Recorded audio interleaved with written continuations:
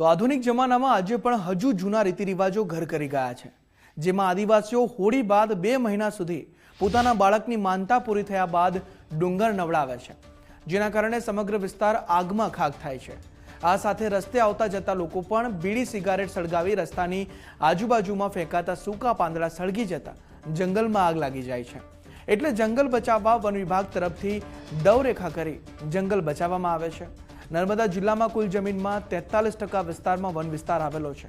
અહીં અવારનવાર સ્થાનિક લોકો આગ લગાડતા હોય છે, જેના કારણે વન્યજીવ સૃષ્ટિ નાશ પામતી હોય છે, જેથી નર્મદા વન વિભાગે વનોને આગથી રક્ષણ મેળવવા થોડે થોડે અંતરે એક લાઇનમાં સૂકા પાંદડા સળગાવી દવરેખા બનાવી દેશે।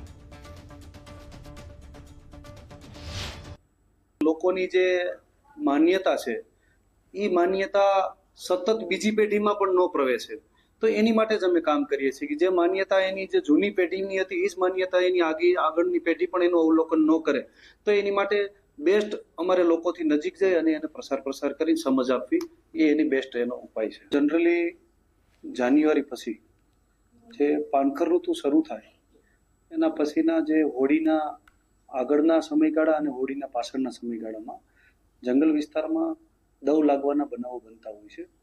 ઘણી વખત રોડ રસ્તા ઉપર કુદરતી રીતે પણ દવ લાગતા હોય અને ઘણી વખત માનવ સર્જિત પણ દવ હોય છે।